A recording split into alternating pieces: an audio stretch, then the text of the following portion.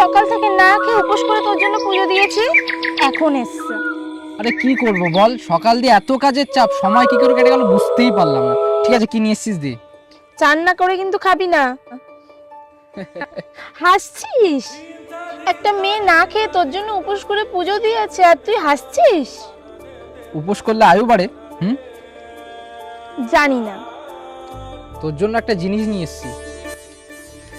কি? চোখ বন্ধ কর।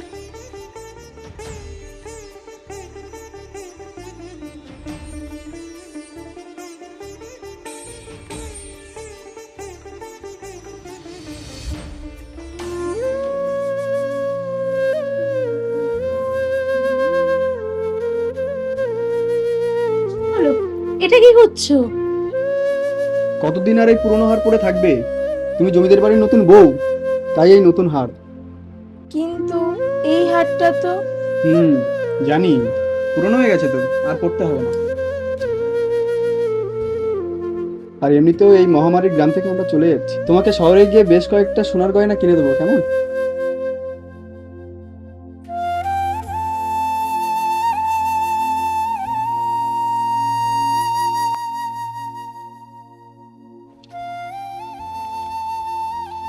এতদিন বাদে এই জায়গাটার কথা মনে পড়লো তোর? আমি চলে যাচ্ছি এখান থেকে। সে কি, সব কিছুই তো শেষ হয়ে গেছে, শেষ পর্যন্ত এই মায়াটাও কাটিয়ে দিচ্ছিস?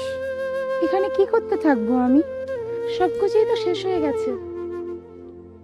কি আছে এখানে আমার জন্য? কেন, আমি তো ছিলাম। না, তুই সবার আগে পালিয়ে গেছিলিস, আমাকে একা করে তুই চলে গেছিলিস। আমার বর আমাদের সন্তানকে এই গ্রামে রেখে মানুষ করতে চায় না।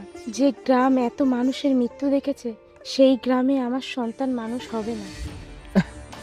জানিস, আমার না পুরনো দিনগুলোর কথা খুব মনে পড়ে। কি ভালো দিন কাটাতাম আমরা। সেই সময় যদি গ্রামে একটা ভালো ডাক্তার থাকতো, আজ মনে হয় তোর সাথে এইভাবে দেখা করতে হতো না। কলেরায় তোর মৃত্যু, মহামারী কিভাবে আমাদের জীবনটা পাল্টে দেয়, তাই না? না গেলেই নয়। না, গ্রামের এই ছবি মনে রেখে আমি বেঁচে থাকতে পারবো না।